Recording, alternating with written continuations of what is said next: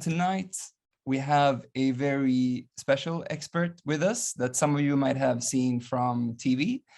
And Louise Massanti is an expert within psychotherapy and sexual somatics that she will tell us a bit more about what that is later. She's a counselor, she's a coach and an educator and she has been helping a lot of people for near a decade to more connected relationships. And I especially resonate with Louise's belief that focusing on developing a capacity for inner leadership not only makes us better humans, but also help us create stronger relationships, which is also one of the beliefs behind Relate. But before I hand over, I'm going to say a few words about Relate and just sharing the results of how we're doing. A lot of people are curious and some are tired. It is Monday. A lot of people are excited and happy, and there are a few that are a little bit lonely as well. So we're not alone with that. A few words about Relate. Yes, this is the show that Louise was part of. So Relate, how we see Relate is kind of represents a new way to meet. And we started Relate with the intention to contribute to a more loving, authentic, and conscious world filled with deeper connection and relationships. And we do that with the belief that this starts with you. Love and the relationships that we dream of is an inner process that starts with self-awareness and an ability to authentically communicate how we are and how we want to live our lives, regardless if we're looking for a new partner or if we are building an existing relationship. So we have a couple of different tools that help people with this. And one is the dating app Relate Date, where you connect with other people based on personal values, looking for long-term relationships. And we have an app for couples called Relate Boost, where you connect with your existing partner and you can do a few different exercises with different themes to boost different parts of your relationship. Then we also have a relationship knowledge platform where these love labs is a part of. And we also have a very popular relationship podcast in Swedish called Så kan det gå with Elin Ribier, where every week she interviews a relationship experts on different topics. And we also do a lot of articles on dating and relationship building, self-assessment tests, and other fun things to help you to create stronger and better relationships. So with that, for you that are new here, I welcome you to the Relate world and hand it over to Louise. Let's get started. Thank you, Philip. Okay, thank you. Nice. I'm just having a look here at the screen just to see your faces and connect with you out there. Hello.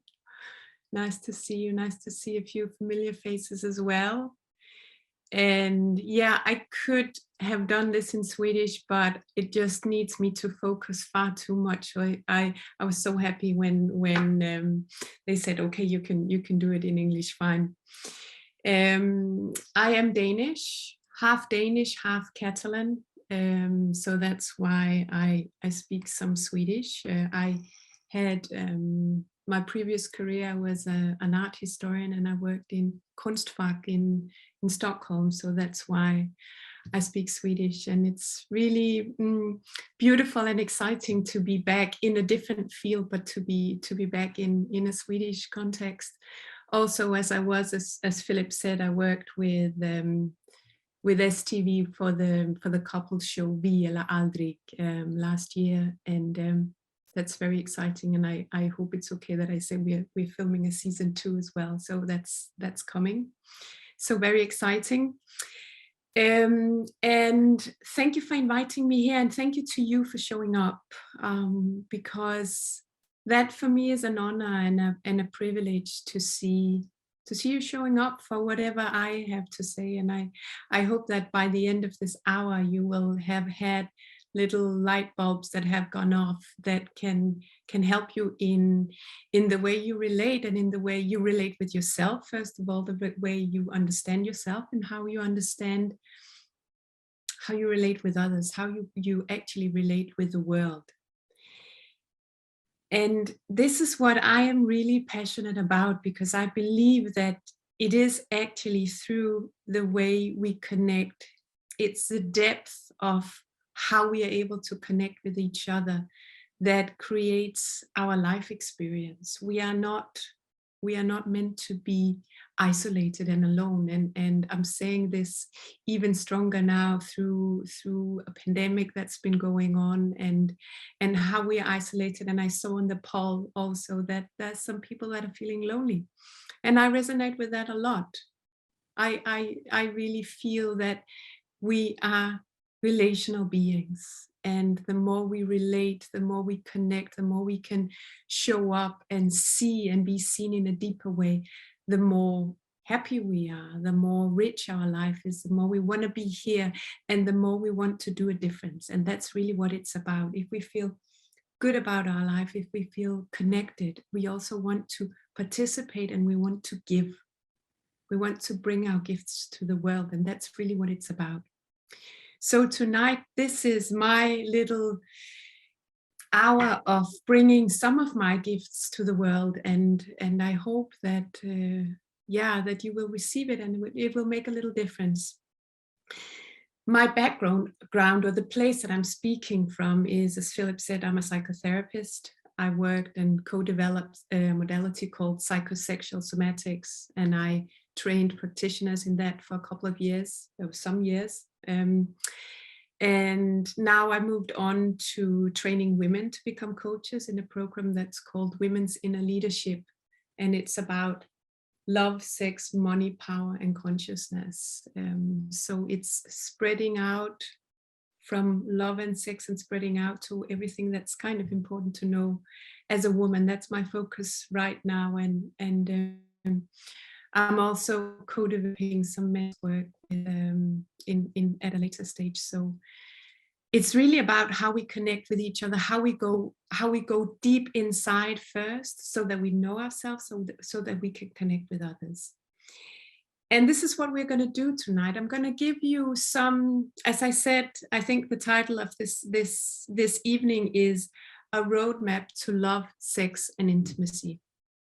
And what I'm going to give you here are some key concepts. It's like some kind of navigation tools, so that you begin to understand what are the patterns what are my patterns in relating. This is really what it is about. It's about self-knowledge. It's about self-understanding.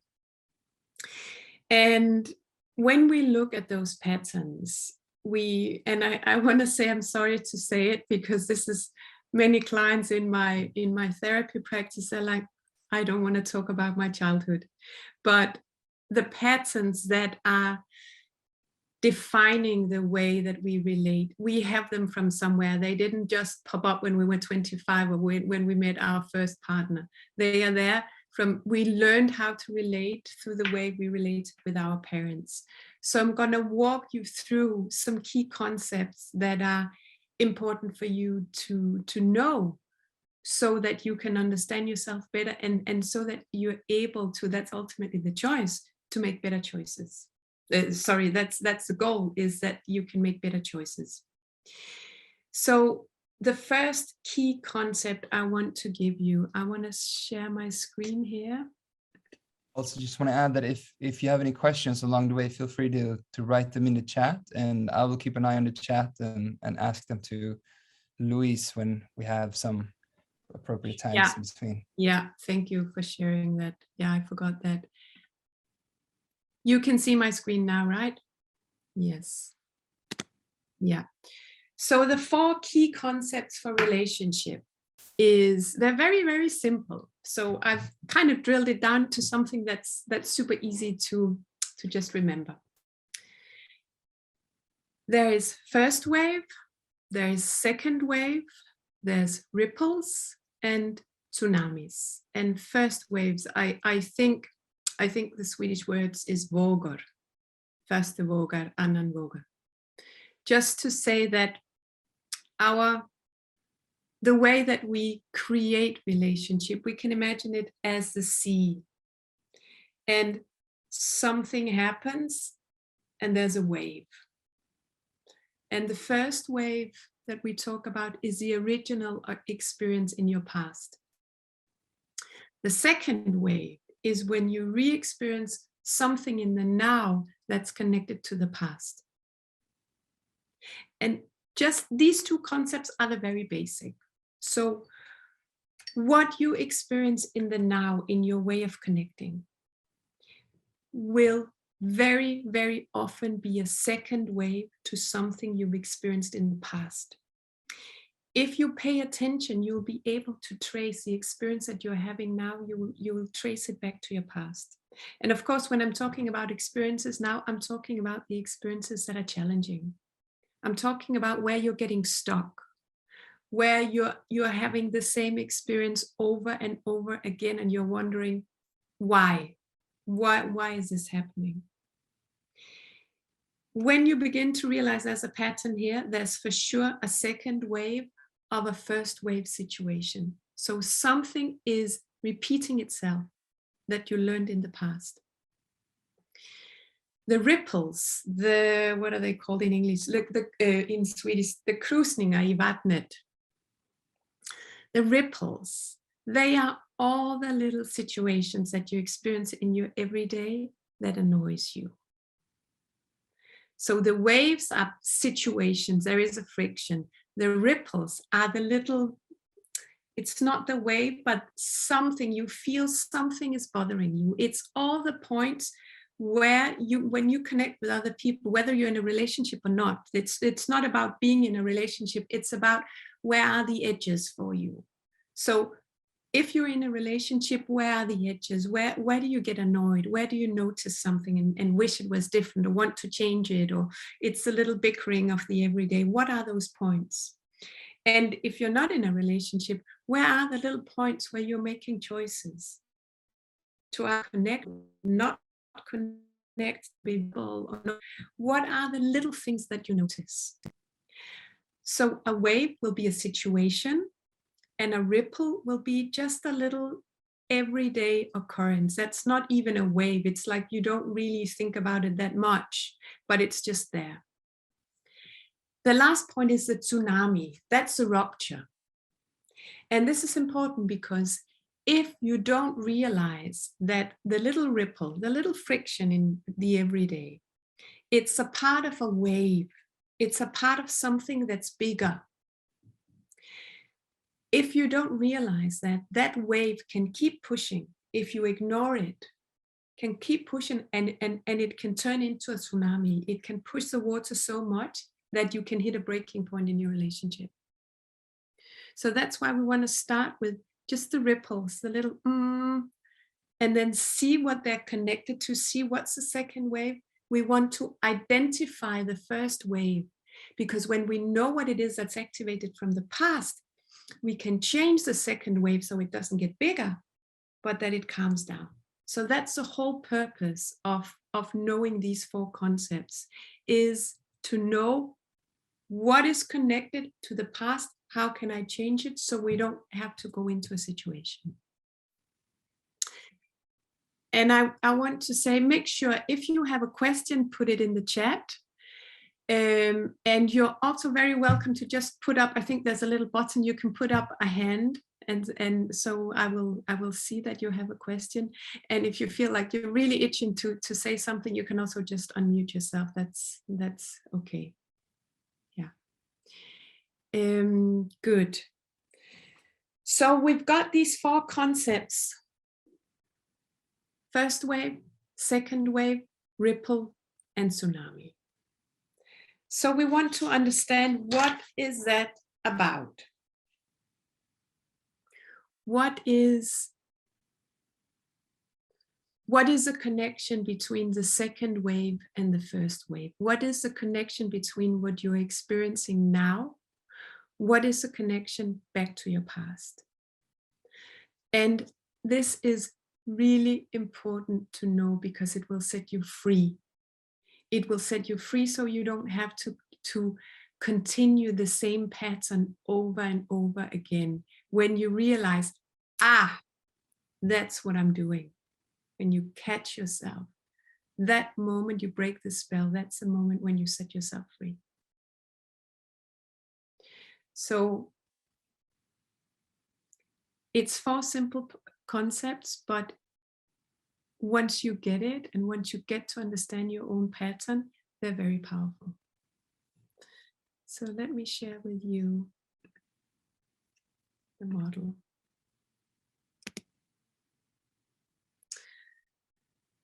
In our childhood, these are what we call the 5 stages of development. And I will go through them because they are very important in understanding what are the imprints that are specific to you. Because we go through stages in our childhood, and all of us will have experienced stages that were more difficult than others. It's how it is. So you can, I'll go through it, and you will probably, as I go through it, you'll probably realize that, this thing is making more sense than the other. Oh, yes, sorry. So let me go through it. What we want to experience as a human being coming into the world is, of course, we want to experience love and harmony and safety and being welcomed into the world. That's the idea. So imagine here is this happy, ever-loving couple. They're totally relaxed in their nervous system. Their life is wonderful. They don't have any challenges. The child is conceived in the most beautiful lovemaking, and the pregnancy is harmonious, and the birth is blissful. So this little being is born into the world. This is the first stage. It's before and around birth. That's the age. So that's ideal. And the core need for a child that's being born, so it's being born, and it's being born into the arms of its mother that looks at it with the loving eyes and does contact. The child is received. The core need around the expression is contact. We simply have a human need to feel we arrived, and we arrived in a safe way in this world. If the birth was stressful, if there was an emergency, if our mother had a stressful pregnancy, if there was tension in the relationship or other things that were going on, we will have some kind of imprint, we will have some kind of wounding around contact, around feeling safe to enter the world. And our core fear will be the fear of rejection. I'm being rejected by the world. The world is not a safe place to land in. But let's say we went through that stage safely, and we are happy in the world and warm and cuddled, and we have this beautiful eye contact, and then our mother puts us to the breast. And we're warm, we feel wrapped, we feel safe. If we are hungry, we will be fed. If we are tired, we will be put to sleep. If we are wet, we will be changed, that our basic physical needs are looked after. That's the need for nurture, and that's from birth and until more or less 2 years old, where we're babies or young little toddlers. So we have that need for all our really basic needs to be met. If we don't have that met, if our mother is inconsistent, if she's got a postnatal depression, if there's too much going on in her life, if there's another sibling or more siblings that she also needs to take care of, we will feel abandoned. So first we were actually received, and now we're being abandoned. The third stage is an interesting one.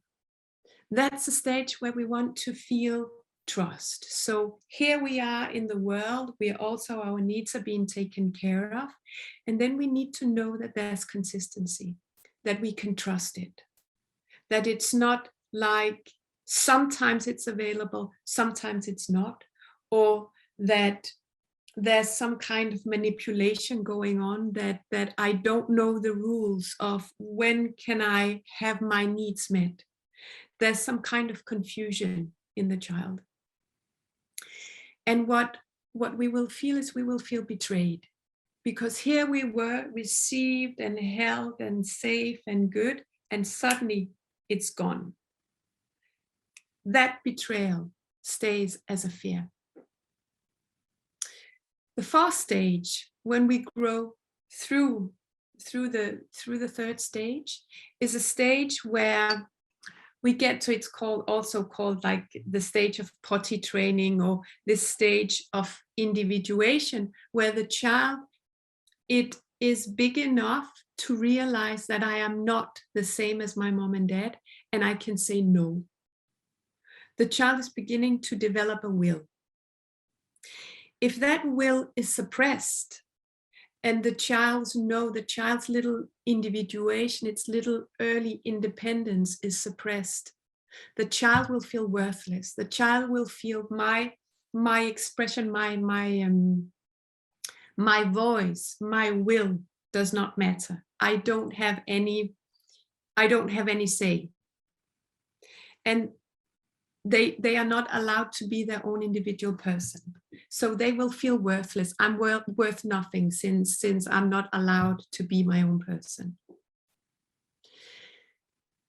The last stage, this is a stage that we experience 2 times. This is called the eros stage. And eros stage is not only sexual, but it's also sexual, but it's the aliveness, it's the expression of life. At around 5, little boys and girls, they often discover that they've got that they can touch themselves and it feels nice, or they also have this really strong impulse to go and climb trees or do something wild, jump in water pools, or express themselves, play, be more free, and be expressed alive. And if they're constantly told you're not allowed to do that, or shush, or shame on you, or be good, be a good boy, be a good girl, and their aliveness and their expression is suppressed, they will feel powerless. They will feel like my energy is not allowed to express. So this is the first wave. This is what we all experienced in some form in our childhood. And you might look at this and say, I'm not sure where exactly, but there will be elements for all of us in these 5 stages. And some of the stages we will resonate with more strongly than others. So, for example, for myself, my mother, she fell down the stairs when she was about a week before she was about to give birth.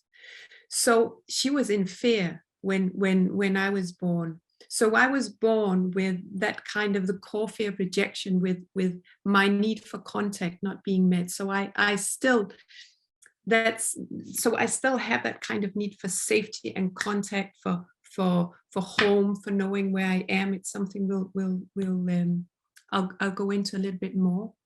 But just know, and then there can be other stages that are also important, because something happened there. For example, I also have quite a relationship with the nurture stage, because I had a sister that was only 1 year older than me. So there was a lot of competition about the nurture that was available.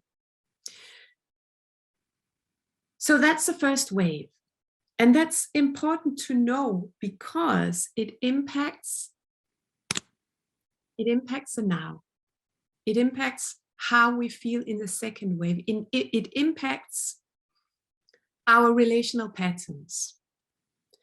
So I'm just going to go through them. If we have a core need for contact and a core fear of rejection, we will be super, super sensitive to, is this a safe place? Am I safe? Where's the other people? We will also have a a sense of not being fully embodied because it was scary to come into the body. So people that have what we call a contact wound will often be quite spaced out or ungrounded. They have a high sensitivity to spiritual things, to emotions, to energy, food sensitivity. There can be many ways of just that kind of extra sensitivity. And their behavior will be a little bit spaced out, detached, intellectual, kind of spacing out in intellectual knowledge, but they will also be intuitive and spiritual. And they can struggle with their boundaries because they don't know really where they end and where they begin. So in the now, how will you experience that? If you recognize yourself here, that there's something about, or you recognize your partner or someone that you're interested in, if you recognize that there's a struggle with being present, it's always a little bit spaced out, it's always something that's not really here. The intellectual detachment can also be a real sign, someone that is very much in their head and not in their body. The nurture stage, the way we try to avoid our fear of being abandoned is that we'll be very empathic. We will really know what is the connection. Am I connected? I feel the feelings. I feel if the connection is there and if the connection is not there. The limitation is that these people can be quite needy because they really need the contact, they really need the nurture. It can also be with food. It can be with, there can be a lot of addictions are hidden here in a nurture wound. Smoking, everything that, and closeness. So the gift is that they're very empathic. They can tune in. They can care for others. They have a lot of empathy. They can be a pleaser because they really know what you need. They can also be a victim because they also feel very easily hurt. They're deep, emotional, and can be quite dramatic because they feel so much. The third stage, the trust stage, this is a tricky one because if there's a real wounding here, it can come up in quite extreme ways. If we have experienced betrayal, and yeah, it can be a tricky one because if we experience betrayal, we will be so sensitive to that we want to control the situation. We want to make sure we are not being betrayed, and we can do that by manipulating. There's a strong sense of needing to be in control. We see the narcissist in this category, people that are larger than life. And ultimately, we see the psychopath. It's a little bit, this is Donald Trump in this category, that it's one of the categories that, I mean, fortunately, there's not that many people that are acting this out in a strong way, but it is at the end of the scale, this is what we are talking about. It's narcissistic behavior. It's using people because you don't know if you can trust them.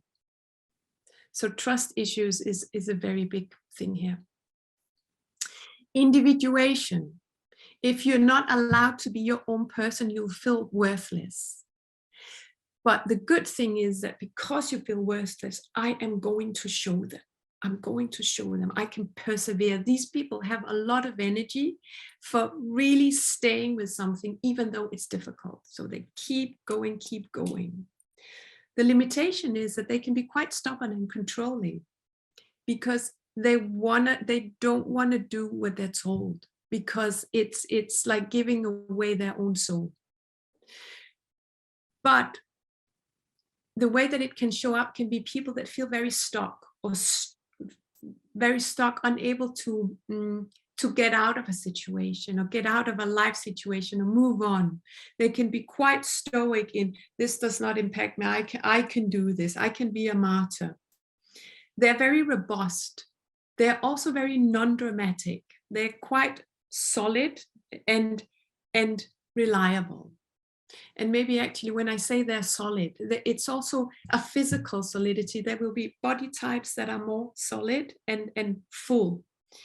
And maybe if I go back here to the trust wound, you will see someone who is quite puffed up, quite in showing an image. So it will be people that are posing and also quite energetically full, but they tend to be more square. Nurture people will often be thin or quite slim and be a little bit hunched over because they're empty inside. They can be thin at the top and then can be more heavy in the bottom because they also take in too much nurture. The contact people are usually very thin because they're not really in their body. They're mostly spaced out. So it's also a way to begin to identify people around you and yourself by body type, because it really impacts the way that our psychological makeup is expressed in the body.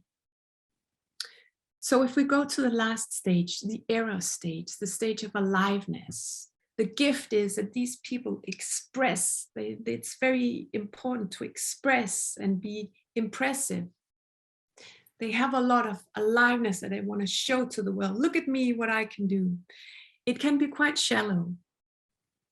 And the way that the way that they behave is often either sexualized, like I am so sexy, look at me. It's quite glamorous, but it's not in the narcissistic way. It's not like up here where it's larger than life. Here it's just like, I'm going to show you what I can do. They perform, they're very successful, and also often they have a split between love and sex. So either they can be good girl, good boy, and very loving, very loyal in this very stable relationship where they have the right car, the right house, the right dog, the right children, the right things. But they don't really have a very sexual relationship, or they're over-sexualized and not able to really connect with the heart and actually have a deeper relationship. So back to us here. So why is that important to know? It's important to know because when you know your own type and you know your own fear and you know your own need, that gives you a lot of information. You will be able to look at a second wave. You'll be able to look at a situation in your life. And you realize you'll be able to kind of go back and see what is really going on here. What is activated in me? Why is this a situation? Always remember, everything is connected. It's not like I'm just having this situation. That's just how I is, or it's this random thing happened and well, here it happened again. I can't understand why. Everything is connected. There's always a deeper reason. You are playing out a pattern that you learned when you were a child. Your relationship pattern or your relationship style is learned. It comes from somewhere. And when you know what it is that you're trying to avoid, I'm trying to avoid feeling abandoned. I'm trying to avoid feeling powerless. I'm trying to avoid feeling rejected. That gives you a lot of information so that you can see what's really going on in the situation. Why am I connecting with people in this way? And it's never neutral.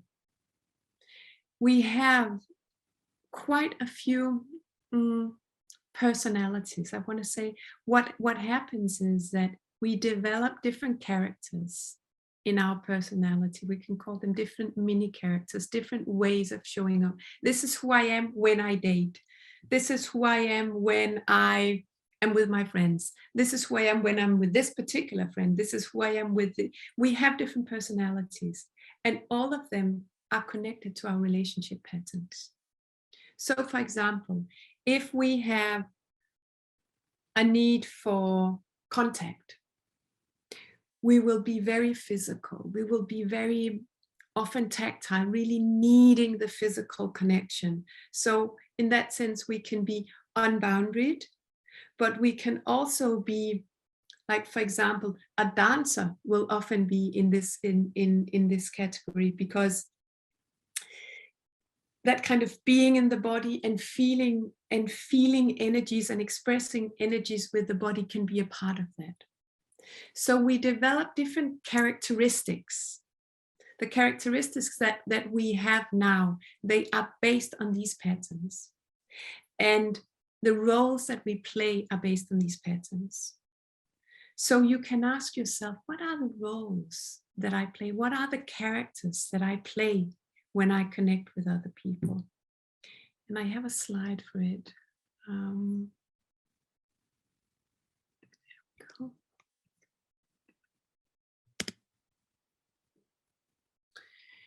Because it impacts our behavior. With our core wounds, we develop certain personas that we express. This is who we become. So who do you become in relationship? If you've got a nurture wound, you'll be super tuned into others. You'll be a pleaser or a carer or a psychotherapist or a nurse. If you have a trust wound, you can be a rebel. Or if you are also in individuation, you can be a rebel, do things your own way. You can be the reliable one. You can be the intellectual, the rule keeper, the rule breaker, the superstar, the spiritual, the performer, the sexy one, the sweet one. All these characters are based on your relationship patterns. And now you know why. You know what you're trying to avoid, and also what it is that you're trying to get. Because of course, we are always trying to get love and connection. We just have different ways to go about and get it. And remember also that we always want to try to not experience our core wound, our core fear. So we will try the best we can to avoid it. So we will build our characters around it. And it can be quite interesting. We're not going to do it tonight, but it can be quite interesting to have a think about also what are the types that we are connected to. And I can just give a brief example that, for example, Eros types that are a lot about performance. Of course, they'll be very attracted to each other, because it's all about what it looks like. A nurture wound that doesn't have enough in themselves, they will be attracted to someone that has an individuation style, because individuation style has perseverance and has that groundedness, has a lot of energy. And so the one that doesn't have enough energy will be attracted to one that has almost too much energy, and vice versa. They will be attracted to each other. So that's just a way to say there's also a little puzzle in how things are working together.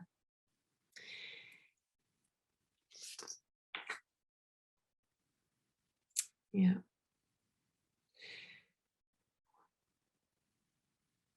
And I wanted to do, maybe let me ask, is there any questions so far? We have a couple of questions. Yeah. Just to clarify, I was just also wondering if, is it always the case that everyone is like one of the 5 types? Or, I mean, I assume that we probably all have wounds in all of these 5, from all of these 5 stages. That's one question. And is there people that have a perfect upbringing and that don't have any wounds? And where would they categorize, was one of the questions in the chat. That's a good question. They're both good questions. We all have, I want to say we have all of it in varying degrees. but usually there will be one or two that resonate a little bit more than the other. It's not black and white. I mean, this is psychological typology, and we're complex human beings. So it's a navigation tool. Remember that it's a navigation tool. It's a roadmap. It's not the territory. So just know that, and say the navigation tools are helpful to have some insights, but it's not always just like that. And with these typologies, we are going to be a mix. There will be different stages and they will be interlinked. So just pick the one that resonates most with you. And I'm sure that there will be either one or two that I might like, yeah, a little bit more. And is there a thing like the perfect childhood? I want to say yes and no, because of course we can go through these stages to a very low degree of challenge.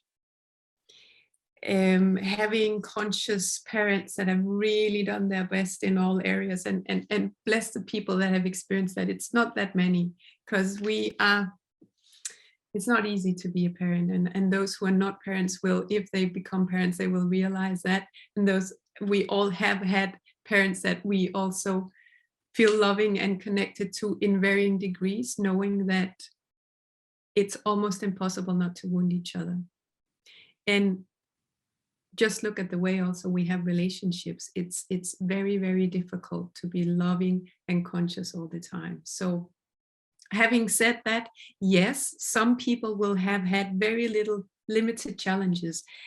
The thing is, that's not necessarily a good thing, because we won't develop any resilience to life if we don't know how it is to struggle, if we don't know what pain is, if we don't know the places in ourselves where we're stretched, if we don't know the other side or the full side of being human. And we develop a lot.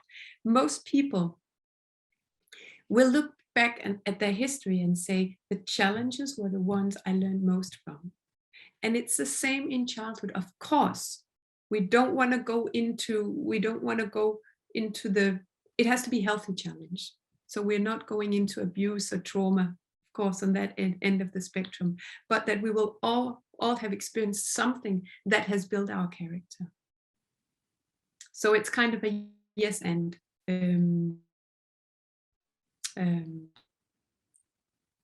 Was there anything else, Philip?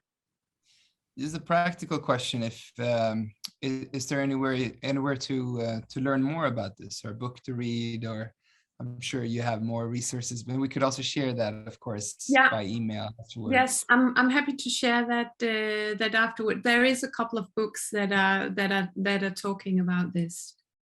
Yeah. Maybe we can prepare a little bit of a recommendation list. That would be great. Yeah, and I'm also happy to put in the slides, so just for people to remember. But what I wanted to do here, just to make sure that this doesn't stay just like a concept, I'd like to give you an opportunity to work a little bit with it. So I have prepared a little guided visualization that can help you. And the purpose is that you get a more deep understanding. So it's a moment for you, it's an opportunity for self-inquiry, to really look into this. And also what I'm going to show you is the beginning of a way out. Because one thing is, all right, now I know my wounding, I know my pains, that's like, and what am I going to do with that? So we want to make sure that there is a reason, or there's a purpose to knowing this, which is, how do we get out? How do I empower myself to make a different choice? And that's where we're going to get to, hopefully. But what I am going to do is I'm going to guide you through a little visualization. And for this, I suggest that you close your eyes. You can keep them open if that feels better for you, but it's easiest with your eyes closed, and it's also easiest if you feel comfortable. So make sure that you're warm enough, that you feel comfortable wherever you are, so that you can take a moment to just travel inside. So this is a little journey for you. And if you're comfortable already, just take a moment to, first of all, just connect with your breathing, just feel your breath. And there's nothing to change, just notice how it feels.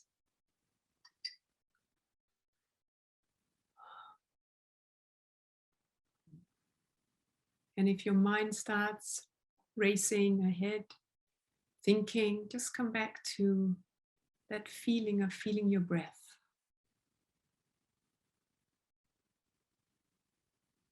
And when you feel your breath, just notice how that makes you also feel your body. You're breathing into your chest and you're breathing into your belly. So you're breathing into your body and you're feeling a little bit deeper. So take a moment to just quiet down the mind and connect with yourself. And then I want you to recall a situation, something that you're struggling with in relationship with either a partner or another person. So I want you to recall what we've now identified as a second wave, a situation that you're struggling with. And take a moment to feel into it. So not just think about it, but connect with your body as well. And connect with your feelings.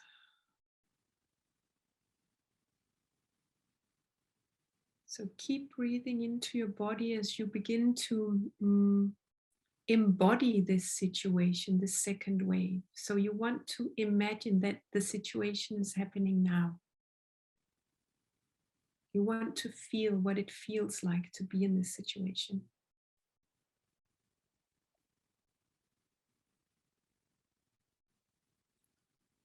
And now I want you to let that feeling guide you, the feeling that you're having.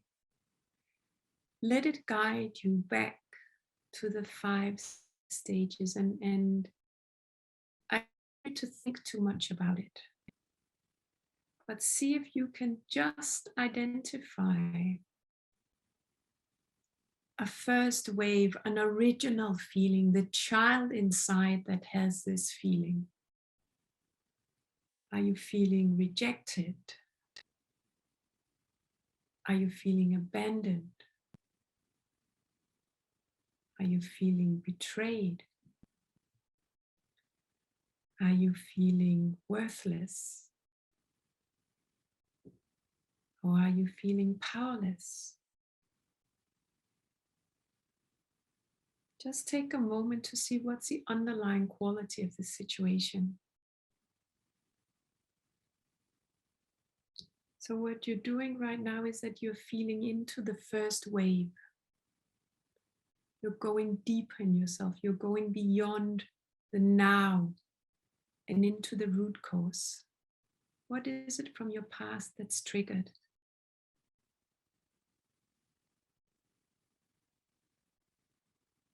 And let the feeling in your body and let your emotions, let that guide you.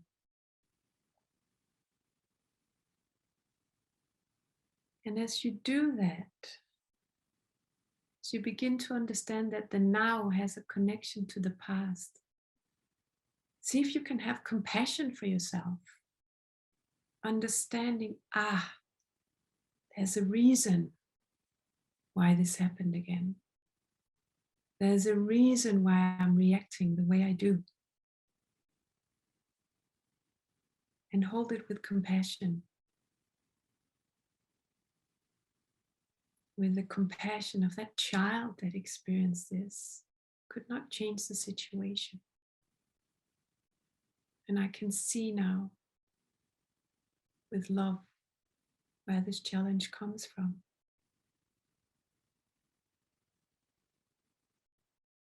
And as you do that, as you turned on the light of awareness, you know what's going on. Let yourself just feel it. So what you're doing here is you're taking responsibility. By turning on the light, you're taking responsibility for the situation. You know what's evoked in you.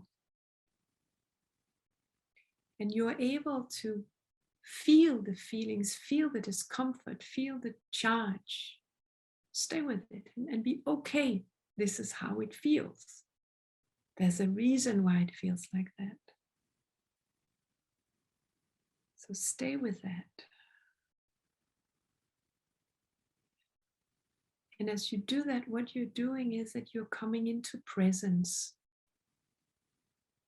You're coming into presence with yourself, with your body. You're turning on the light of awareness. And as you do that, ask yourself, what is it that I need? Do I need contact? Do I need to be in a warm bed? Do I need a hug? Do I need to be held? Do I need nurture? Do I need a warm drink? Or loving words? Loving touch? Loving connection? Eye contact? Do I need food? Do I need sleep? Or do I need to have a conversation with someone about, can I trust? Do I need to pull away? Do I need to listen to my intuition? Do I need to know what I know?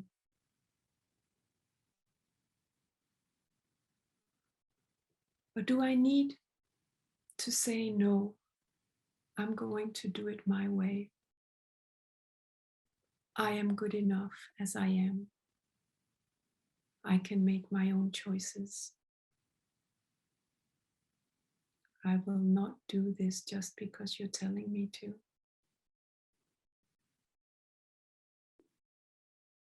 And trust in that. Is that what you need? Or do you need to express yourself in a different way, louder, happier, wilder, more sexual, more creative? Do you need to write? Do you need to dance? What is it that you need? Do you need to be seen for being pretty enough, handsome enough? Do you need to go and buy yourself some nail color? What can you give to yourself? This is the question. How can you give to yourself what you actually need in the situation so you don't have to get it from someone else? You don't have to act out of a wound, but you can act out of a place of self-responsibility and self-love. I can make sure that I have what I need because now I know what it is that I need. So take a moment to just feel that. Imagine you're giving yourself exactly what you need, or you can even make a little agreement with yourself that after the call, you're going to give that to yourself. You're going to go and have that hot chocolate, or cuddle up, or call a friend, or buy something nice for yourself, whatever it is that you need.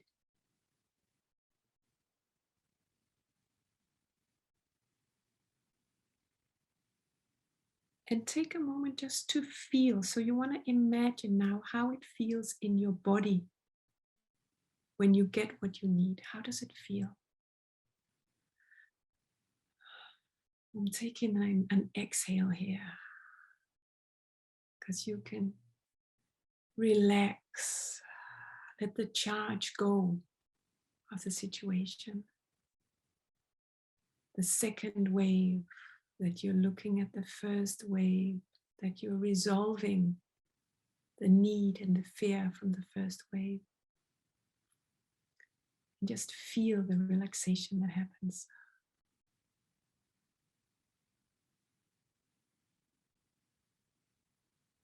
And take a few breaths as you anchor this feeling in your body, so that you can always return to this feeling of, this is how it feels when I have my needs met. That feels good.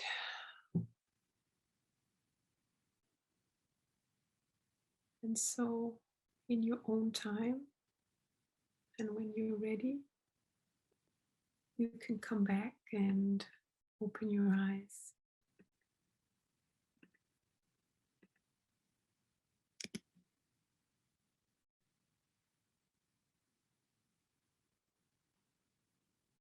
And I have put that journey on the last slide.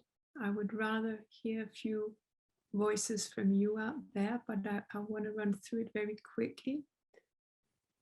What do you do with this information? You'll get the slide afterwards, so you'll be able to see it, but I'm just going to say, turn on the light of awareness. Now you have a model, you have a roadmap. See what you're doing. Embrace it with compassion. Understand why you're doing it. Self-responsibility. Hold the charge. Be able to sit with the experience, knowing what you're experiencing. Know that there's a first wave that's activated. Come into presence. Don't react. Don't act out. Come into presence and give to yourself what it is that you need. That's where it all begins. Give it to yourself. If you always want someone out there to give it to you, that's a recipe for friction. That's a recipe for waves that can become tsunamis. So give to yourself what you need, and that will enable you to make a different choice.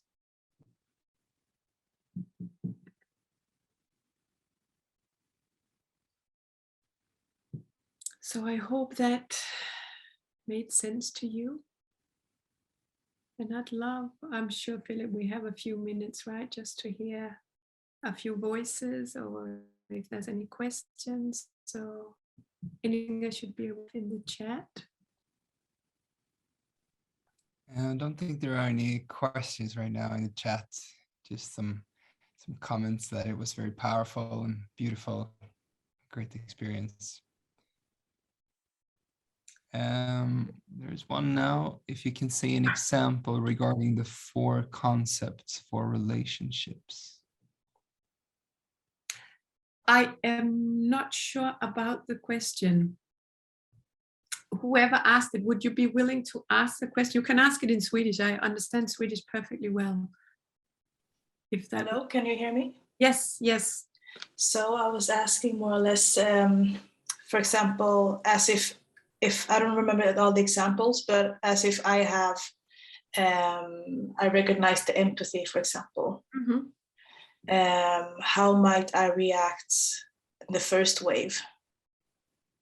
And then how should I do to, so I suppose the second wave is, then I'm in the present, then I'm not thinking anymore about my past, and I'm in the, what's it called?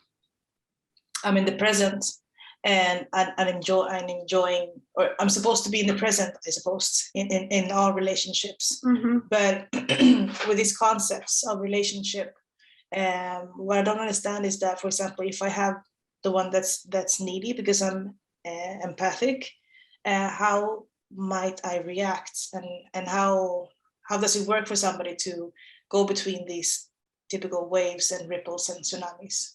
For example, if I don't heal in the first wave, Mm-hmm. do I come to the ripples then, or? If you don't heal the first wave, and let's be honest, we all have unhealed waves. Yeah. That's life. We have them. But the more we are available of aware of them, the more we are able to turn on the light of awareness, and I said, and stop ourselves from reacting. So let's say that you identify that there's something about the nurture stage for you, and you realize, I'm not sure this is true, I'm just giving an example. So you realize that you're emotionally very needy. You need your partner to be available to kind of text back immediately, or you need a lot of presence to or attention in what you're saying, or like kind of, these are high maintenance people, high maintenance relationships. If you notice that about yourself, that this is, you realize, yeah, that's me. Instead of just repeating that and ending in the same relational conflicts, and this can be like a ripple, for example, is, why didn't you text me back? That's a good example of a ripple. That's completely connected to a wave, which is I am afraid I'm being abandoned. If I don't know that you're in contact with me often, I'm afraid of being abandoned. So you're realizing that this little friction you have about a text has a much bigger picture to it. So instead of just arguing about the text and they were busy and why and blah, blah, we can get into all sorts of frictions about these kind of little details. No, oh, this is my fear of abandonment. And when you know that you're not acting out, you're taking self-responsibility, and that means that you can actually interact with your partner in a very different way. You can say, when you don't respond, I feel, ultimately, maybe I feel unsafe in the relationship. I don't know where you are. I don't know if you're committed to me. I don't know what's going on. It's about my fear of abandonment. So you take self-responsibility instead of blaming the other. And then you, from that point, you can make agreements about what can help both of you, so your partner is not feeling controlled.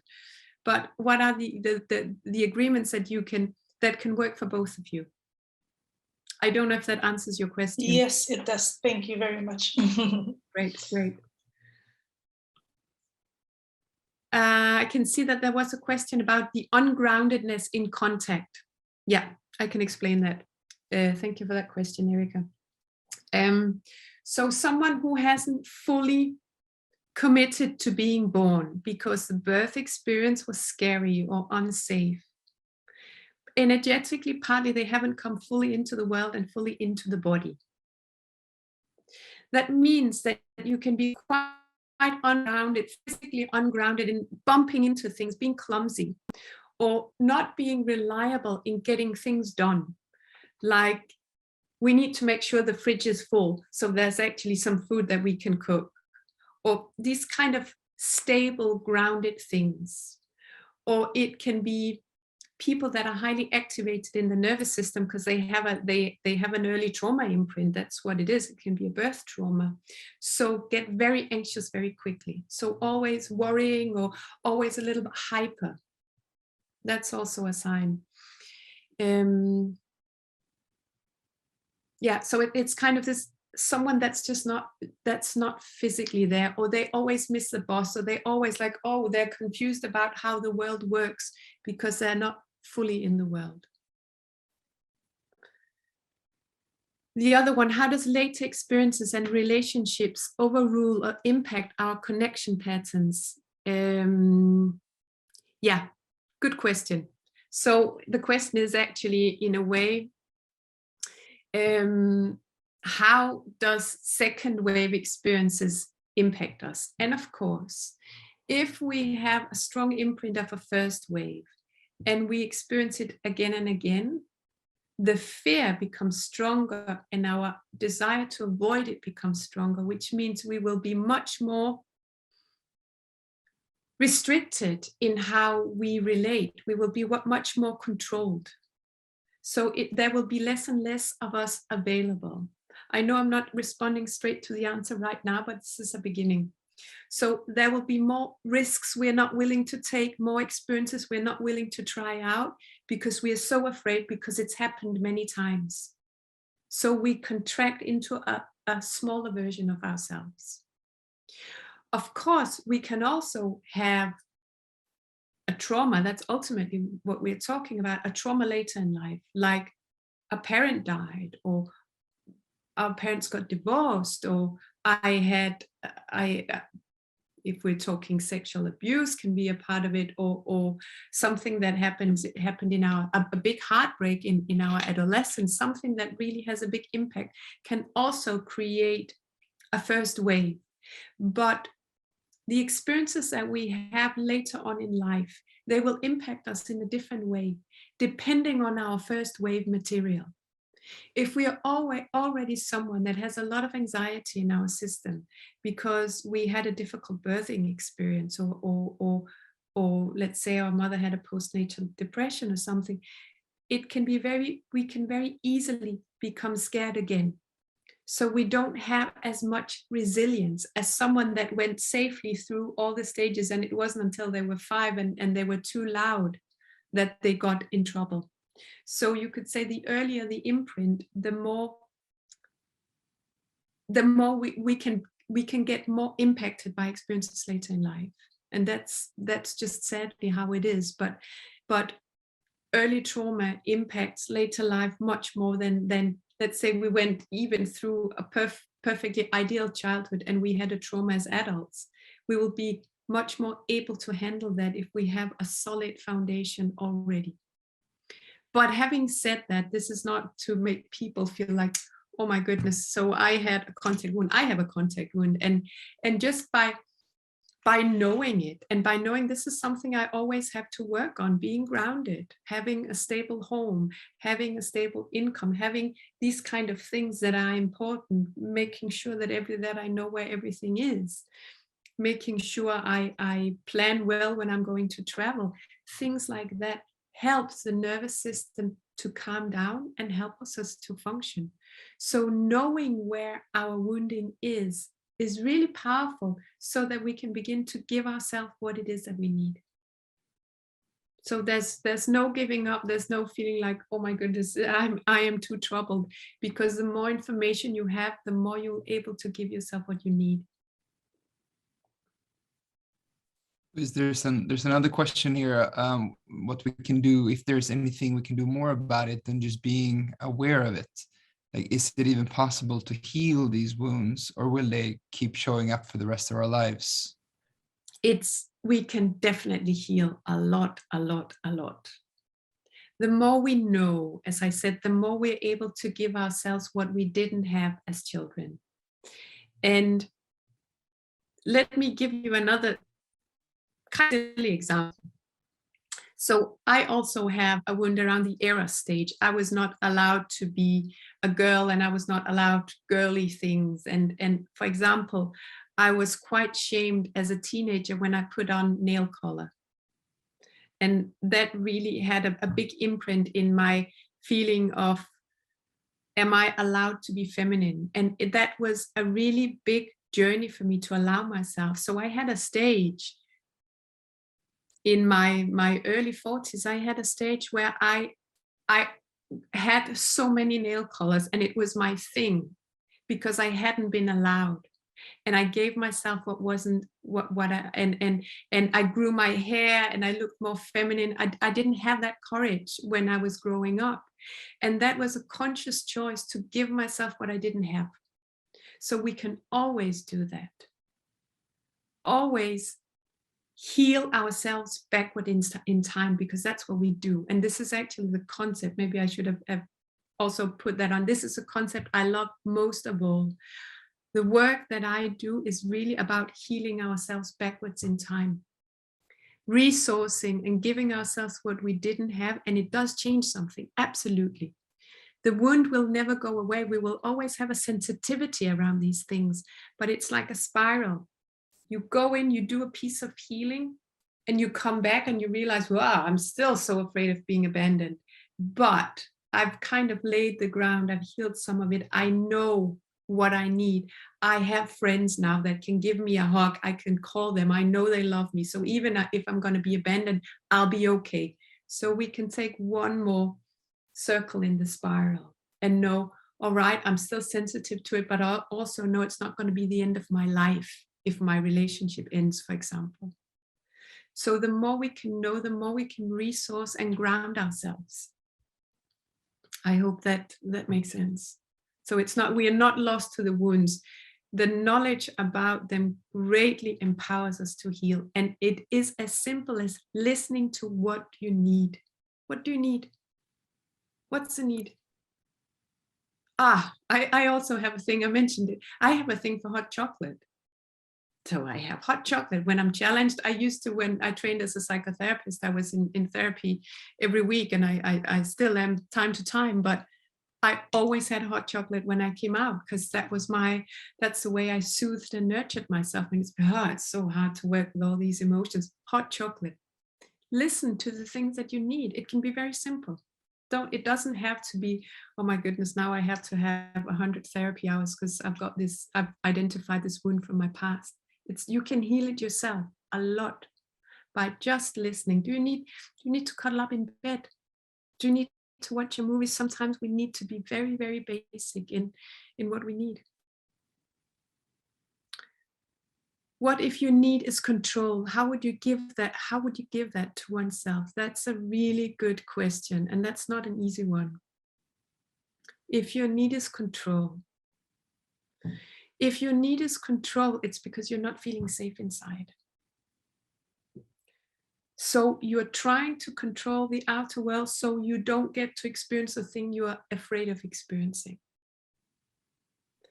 So you have to ask yourself instead of controlling the outside world, because that is never going to be a win. You can't win that. You can't control other people. You can't control what's happening to you. But you can find ways to make yourself more safe. You can find ways to, of course, you can find ways to plan for things. What if you can have a plan B? If this doesn't work out, what am I going to do?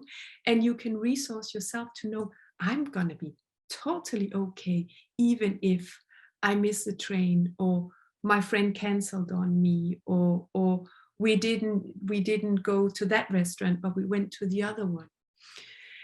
Find ways to know, and I took a breath here deliberately,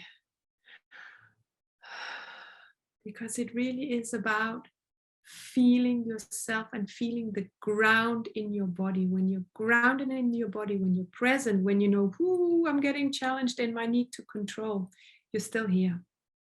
You can see, ooh, I'm feeling it, and I'm still here. So what do I need? That's not about telling other people what to do. How can I feel safe? Embodiment, breath, presence, holding yourself, having many to come back to the moment and come back to the body.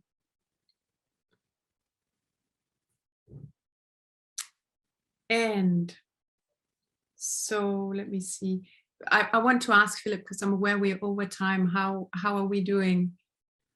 We are running 15 minutes over time, but I think it's super interesting, and I'm sure that if people need to leave, they can feel free to leave. But maybe we can take, I know that there are a couple or two more questions in the chat, and maybe we can, after those, we can round it up.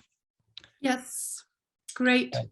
There was one about like how to identify the wounds, like if there's anything else we can do, or could we like simulate situations, or how do we identify these wounds for ourselves? You don't have to simulate situations. You can just observe your own life. So what you want to do is you want to pick, like we did in the visualization, you want to pick a situation that challenges you. And that's kind of a typical, oh, here we go again situation. And then you want to do, as I guided you, to feel. What are you actually feeling? So not think too much about it, but feel. What's the feeling? What's the core fear that's evoked? What's the core fear? And they will have different qualities. Is it about being abandoned? Is it about I don't trust? Is it about I'm not pretty enough? Is it about, what is it about that is evoked in the situation? And that will show you. It's as simple as feel, get in touch with the quality of the uncomfortable feeling, and let that guide you. can we simulate situations and help each other to identify them? That was the one I was. Yeah, you can definitely, something that can be quite fun to do in a relationship actually is to role play. So when you're not in the situation, when you're not in the friction, you role play the situation, and what you want to do is you exaggerate it a little bit. I sometimes, I mean, it's a long time ago since we ran in-person workshops, but that's such a powerful exercise to exaggerate. So you are exaggerating an argument, or you're exaggerating a friction, because when you turn up the volume, you'll actually see what the pattern is. So that's a good tip. And I think I wasn't the only one who really appreciated the meditation that you did. And Madeleine is asking if you have any more of those. Yeah, that's a question that I often get. I don't, and I have set up a SoundCloud account, and I am aware that people are asking about them. So I will probably develop that. I would say I'd love to share my email address. I think we'll send out the slides, and not my email address, my website. And if you sign up for my newsletter, there will be there's lots of information, and I have different exercises and different things that you can connect with. So that's where I would start, and that's where I will put the meditations. So just a suggestion to sign up for that.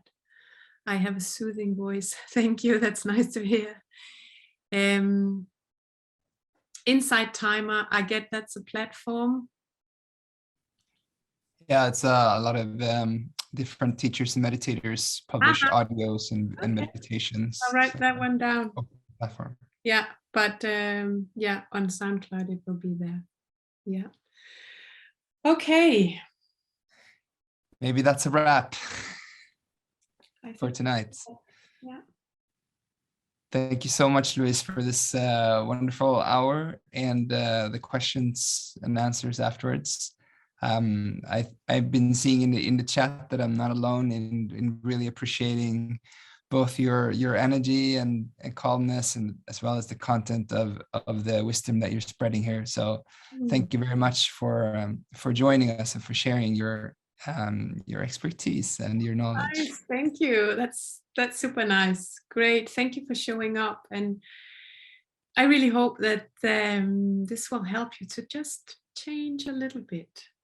Yeah. And really feel free. I would be delighted to stay connected and share more of my material with you.